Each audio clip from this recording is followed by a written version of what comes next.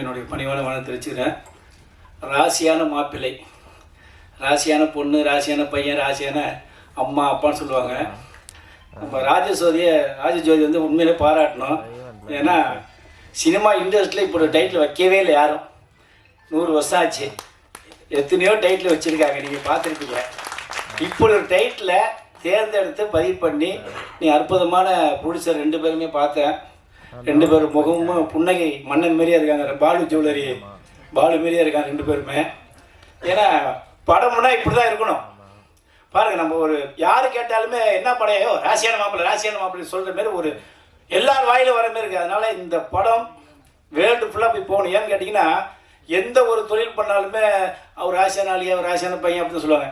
ஒரு ராசியான மாப்பிள்ளைன்னு முத திரை உலகத்துல வேர்ல்டு ஃபுல்லாகவே இந்த ஒரு தமிழ் டைட்டில் வச்சுருது எங்கள் சங்கத்துக்கும் பெருமை, என்னுடைய டைரக்டர், எங்களுடைய தயாரிப்பாளர் வந்திருக்க அத்தனை பேருமே பெருமைன்னு சொல்லி இந்த படம் மிகப்பெரிய வெற்றி அடையணும். காரணம் என்ன, இந்த படம் ஜெயிச்சிச்சுன்னா மிகப்பெரிய அடுத்த இதேமாதிரி தமிழ் எல்லாம் டைட்டில் வைப்பாங்க.